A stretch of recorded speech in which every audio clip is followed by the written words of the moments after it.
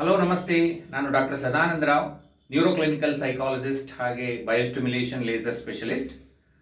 ಇವತ್ತು ಒಬ್ಬ ವಿಶೇಷ ವ್ಯಕ್ತಿಯನ್ನು ನಿಮಗೆ ನಾನು ಇಂಟ್ರೊಡ್ಯೂಸ್ ಮಾಡ್ತಾ ಇದ್ದೀವಿ.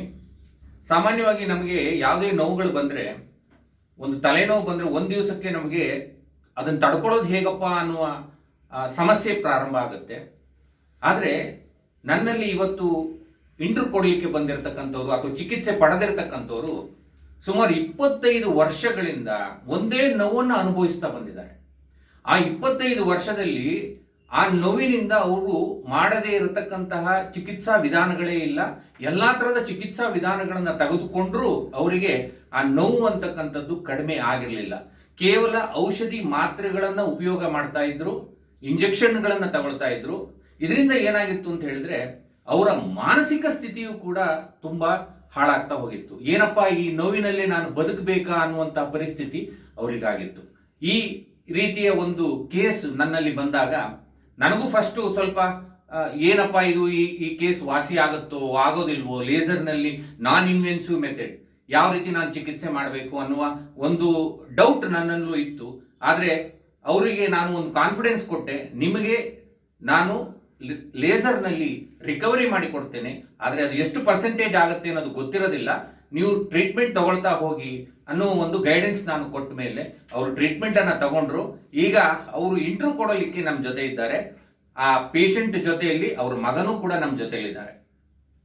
ಪೇಷಂಟಿಗೆ ಸ್ವಲ್ಪ ಸ್ಟ್ಯಾಮರಿಂಗ್ ಇರೋದ್ರಿಂದ, ಅಂದರೆ ಮಾತು ಸ್ವಲ್ಪ ಆಡಲಿಕ್ಕೆ ಕಷ್ಟ ಇರೋದ್ರಿಂದ ಅವರ ಮಗ ನಮಗೆ ಇಂಟ್ರ್ಯೂ ಕೊಡ್ತಾ ಇದ್ದಾರೆ. ಅವರನ್ನು ನಾನು ಇವಾಗ ಮಾತಾಡಿಸ್ತಾ ಹೋಗ್ತೀನಿ. ಏನಾಯಿತು, ಹೇಗಾಯಿತು, ಎಷ್ಟು ಚಿಕಿತ್ಸೆಯಲ್ಲಿ ಅವರಿಗೆ ಫಲಕಾರಿಯಾಗಿದೆ, ಎಷ್ಟು ರಿಕವರಿ ಆಗಿದ್ದಾರೆ ಅಂತಕ್ಕಂಥದ್ದನ್ನು ಲೇಸರ್ ಮೂಲಕ ಅಂತಕ್ಕಂಥದ್ದನ್ನ ನಾನು ಕೇಳ್ತಾ ಹೋಗ್ತೇನೆ. ನಾನು ಅವರನ್ನ ವೆಲ್ಕಮ್ ಮಾಡ್ತೀನಿ. ನಮಸ್ತೆ. ನಿಮ್ಮ ಹೆಸರು ಹೇಳಿ. ಇನ್ಫ್ಯಾಂಟ್ ಮ್ಯಾಥ್ಯೂ ಅಂತ. ಇನ್ಫ್ಯಾಂಟ್ ಮ್ಯಾಥ್ಯೂ ನಿಮ್ಮ ತಂದೆಯವರಲ್ವಾ ಇವರು? ಹೌದು ಸರ್. ಇವ್ರಿಗೆ ಏನಾಗಿತ್ತು, ಯಾವ ರೀತಿ ಪ್ರಾಬ್ಲಮ್ ಆಯ್ತು, ಯಾತಕ್ಕೋಸ್ಕರ ನೀವು ನಮ್ಮ ಲೇಸರ್ ಟ್ರೀಟ್ಮೆಂಟ್ ಸೆಂಟ್ರಿಗೆ ಬಂದ್ರಿ, ಹೇಗೆ ಐಡೆಂಟಿಫೈ ಮಾಡಿದ್ರಿ ಇದನ್ನ? ಸರ್, ಅದೇ ನಮ್ಮ ತಂದೆಗೆ ಬಂದು ಬ್ಯಾಕ್ ಪೈನು ಮತ್ತೆ ಮಂಡಿ ಚಿಪ್ ಇರ್ಲಿಲ್ಲ.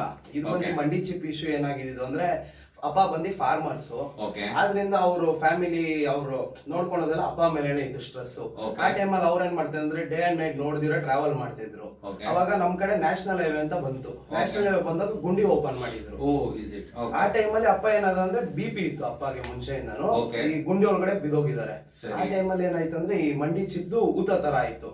ಇವರು ಕೇರ್ಲೆಸ್ ಮಾಡಿದ್ರು, ಬಿಡು ಏನಾಗಲ್ಲ, ಗಟ್ಟಿ ಇದೀನಿ ನಾನು ಅಂತ ಕೇರ್ಲೆಸ್ ಮಾಡ್ಬಿಟ್ರು. ಸರಿ ಅನ್ಬಿಟ್ಟು ಒಂದ್ ಸ್ವಲ್ಪ ದಿನ ಆಯ್ತಾ ಹೋಗ್ತಾ ಇದ್ದಂಗೆ ಇನ್ನೆಲ್ಲ ಮಾಡರ್ನ್ ಆಗಿ ಬರ್ತಾ ಇತ್ತು ಬೆಂಗಳೂರು. ಆ ಟೈಮಲ್ಲಿ ಏನಾಯ್ತಂದ್ರೆ ಚಪ್ಪಲಿ ಕಲ್ಲೆಲ್ಲ ಎತ್ಕೊಂಬಂದ್ ಹಾಕಿದ್ರು. ಅದ್ರ ಮೇಲೆ ಸ್ಲಿಪ್ ಆಗಿ ಬಿದ್ದು ಮಂಡಿ ಚಿಪ್ ಫುಲ್ ಪೀಸ್ ಆಗೋದು. ಎಷ್ಟು ವರ್ಷದ ಕೆಳಗೆ ಸರ್? ಮ್ಯಾಕ್ಸ್ ಅಂದ್ರೆ ಇದು ಒಂದು 20-25 ವರ್ಷ ಹಿಂದೆನೆ ಸರ್. 25 ವರ್ಷದ ಹಿಂದೆ. ಇದೆಲ್ಲ ಆದ್ಮೇಲೆ ನಮ್ ತಾಯಿಯವ್ರಿಗೂ ಅಷ್ಟು ನಾಲೆಜ್ ಇರ್ಲಿಲ್ಲ. ಅವರು ಸಿಟಿ ಕಡೆಯಿಂದಾನೆ ಬಂದಿದ್ದಾದ್ರೂ ಅವ್ರಿಗೆ ಅಷ್ಟು ನಾಲೆಜ್ ಇಲ್ಲ. ಅದಾದ್ಮೇಲೆ ಅವರು ನಮ್ ಚಿಕ್ಕಪ್ಪಗೆ ಅವ್ರು ಕರ್ಕೊಂಡು ಹೋಗೋದು ಬರೋದು, ಅಪ್ಪ ಏನೇ ಇದ್ರು ನಮ್ ಚಿಕ್ಕಪ್ಪ ಅವ್ರು ನೋಡ್ಕೊಂತಿದ್ರು. ಅದಾದ್ಮೇಲೆ ಅಮ್ಮ ಅವ್ರಿಗೆ ಅಷ್ಟು ನಾಲೆಜ್ ಇರ್ಲಿಲ್ಲ, ಹಿಂಗೆ ಏನಾಗುತ್ತೆ ಮುಂದೆ ಪ್ರಾಬ್ಲಮ್ ಏನೇನಾಗುತ್ತಾ, ಟೈಮ್ ಸೈಕ್ ಚೆನ್ನಾಗಿದೆ ಅನ್ಬಿಟ್ಟು ಅವ್ರು ಕೇರ್ಲೆಸ್ ಮಾಡ್ಬಿಟ್ರು. ಆದ್ರೆ ಇವಾಗ ಪ್ರೆಸೆಂಟ್ ನಾವ್ ಎದೋಳ್ದ ಮೇಲೆ ಏನಾಗ್ತಿದೆ ಅಂದ್ರೆ, ತಂದೆಯವ್ರಿಗೆ ಏಜ್ ಆಗ್ತಾ ಹಳೆ ನೋವುಗಳೆಲ್ಲ ಎದೋಳ್ತಿತ್ತು ಅವಾಗೆ. ಅದ್ರಿಂದ ನಾನು ಗೂಗಲ್ ಅಲ್ಲಿ ಟ್ರೈ ಮಾಡಿದೆ, ಏನೇನು ಹಾಸ್ಪಿಟಲ್ ಇದೆ A to Z ಬೆಂಗಳೂರು ಎಲ್ಲ ನೋಡಿದೆ ಸರ್. ನಮ್ದು ACC ಲೆವೆಟ್ ಅಲ್ಲೇನೆ ಒಂದು ದೊಡ್ಡ ಕ್ಲಿನಿಕ್ ಇದೆ. ಹೇಳಿದ್ರು ಅಲ್ಲಿ ತೋರಿಸಿ ತುಂಬಾ ರಿಕವರಿ ಆಗುತ್ತೆ ಅಂದ್ರೆ ರಿವ್ಯೂಸ್ ನೋಡಿದ್ರು 5 ಸ್ಟಾರ್ ರೇಟಿಂಗ್ ರಿವ್ಯೂ ಇದೆ. ಬಟ್ ಅಲ್ಲಿ ಹೋದ್ರೆ ಡಾಕ್ಟರ್ ಜೆನ್ಯೂನ್ ಇಲ್ಲ, ಏನೇನ ಮಾತಾಡ ಹೋಗ್ಲಿ ಬಿಡಿ ತರ ಕೇರ್ಲೆಸ್ ತರ ಇದ್ರು. ಸರಿ ಇದೊಂದ್ ಚಾನ್ಸ್ ತಗೊಂಡೋಣ, ಏನ್ ಹೋದ್ರೆ ದುಡ್ಡು ಹೋಗುತ್ತೆ, ರಿಕವರಿ ಆದ್ರೆ ಅಪ್ಪ ರಿಕವರಿ ಆಯ್ತಾರಲ್ಲ ಅನ್ಬಿಟ್ಟು ನಾವು ಬ್ಲಾಂಕ್ ಆಗಿ ಬಿಲೀವ್ ಮಾಡ್ಬಿಟ್ಟು ಹೋದ್ರಿ. ದಿನಕ್ಕೆ ಏನಿಲ್ಲ ಅಂದ್ರೆ ಸರ್ 2 hours ಅಲ್ಲಿ 10,000 ಮೇಲೆ ಹೋಯ್ತು ನಮ್ದು. ಏನು ಸ್ಕ್ಯಾನಿಂಗು, ಅದೇನೋ ಫಿಸಿಯೋಥೆರಪಿ ಅಂತೆ, ಬರೀ ಅದೇನೋ ಮಾಡಿದ್ರು, ಬಿಸಿ ಇದ್ ಮಾಡೋದು, ಹಿಂಗ್ ಉಜ್ಜೋದು, ಆತರ ಎಲ್ಲ ಮಾಡಿದ್ದಾರೆ. ಕಾಲ ಅವ್ರಿಗೆ ಎತ್ತಕ್ ಆಗಲ್ಲ ಅಂದ್ರೂ ಎತ್ತಿ ಅಂತ ಇದಾರೆ. ನೋವು ಜಾಸ್ತಿ ಆಗ್ತಾ ಹೋಯ್ತು. ಸಪೋರ್ಟ್ ಇಲ್ಲ ಸರ್ ಅಂದ್ರೆ ಅವ್ರು ಕೇಳಕ್ ರೆಡಿ ಇರ್ಲಿಲ್ಲ. ನಮ್ ತಂದೆನೆ ಕೇಳ್ತಿದ್ದಾರೆ, ಇದು ಹೆಂಗಾಯ್ತು ನಿನ್ಗೆ, ಏನ್ ಮಾಡಿದ್ರು ಅವರು. ಹಳೆ ರಿಪೋರ್ಟ್ಸ್ ಕೂಡ ನಾನು ಸರೆಂಡರ್ ಮಾಡಿದೆ. ಆದ್ರಿಂದ ನಮ್ ತಂದೆಯವ್ರಿಗೆ ಬೇಡ ಬಿಡು, ಇನ್ಮೇಲೆ ಅಷ್ಟೇ ನಂದು ಅನ್ಬಿಟ್ಟು ಅವ್ರು ಸಪ್ಪೋಗ್ ಒಂದ್ ಜಾಗದಲ್ಲಿ ಬೇಜಾರ ಅಂದ್ರೆ ಮಾನಸಿಕವಾಗಿ ಅವ್ರು ಕುಗ್ಗಿ ಬಿಟ್ರು. ನನ್ನ ಕಾಯಿಲೆನ ಎಲ್ಲೂ ವಾಸಿ ಮಾಡ್ಲಿಕ್ಕೆ ಸಾಧ್ಯ ಇಲ್ಲ, ಈ ನೋವು ಜೊತೆ ನಾನು ಬದುಕಬೇಕು. ಹೌದು ಸರ್, ಆ ತರನೇ ಮೆಂಟಾಲಿಟಿ ಅವರಿಗೆ ಆಗ್ತಾ ಬಂತು. ಹೌದು ಸರ್. ಓಕೆ, ಆ ಟೈಮಲ್ಲಿ ನಾನು ಇನ್ನೇನ್ ಮಾಡೋದು ಅನ್ಬಿಟ್ಟು ಈ ಸೋಷಿಯಲ್ ಮೀಡಿಯಾದಲ್ಲಿ ಬರ್ತಾ ಇತ್ತು, ಇಂಜೆಕ್ಷನ್ ತಗೊಂಡ್ರೆ ಸರಿ ಆಗುತ್ತೆ, ಅದ್ ಇನ್ನೊಂದ್ ಮಾಡಿದ್ರೆ ಸರಿ ಆಗುತ್ತೆ, ಆಯುರ್ವೇದಿಕ್ ಹೋದ್ರೆ ಸರಿ ಹೋಗುತ್ತೆ ಅಂತ. ನಾನು ಏನಕ್ಕೆ ಇರು ನೋಡೋಣ, ಬೇರೆ ಬೇರೆ ಟ್ರೀಟ್ಮೆಂಟ್ಸ್ ಗಳು ಬಂದಿದಾವೆ ಇವಾಗ ಅನ್ಬಿಟ್ಟು ಜಸ್ಟ್ ಸುಮ್ನೆ ಏನೇನ್ ಟ್ರೀಟ್ಮೆಂಟ್ ಮಾಡ್ಬೋದು ಅಂತ ಇದ್ದಾಗ ಏನೋ ಒಂದು ಲೇಸರ್ ಥೆರಪಿ ಅಂತ ಬಂತು. ಅವಾಗ ನಾನು ಕ್ಲಿಕ್ ಮಾಡಿದೆ, ಲೇಸರ್ ಥೆರಪಿಸ್ಟ್ ನಿಯರ್ ಮೀ ಅನ್ಬಿಟ್ಟು. ಅವಾಗ ಸಾರ್ದು ಸಜೆಷನ್ ಬಂತು ನನಗೆ.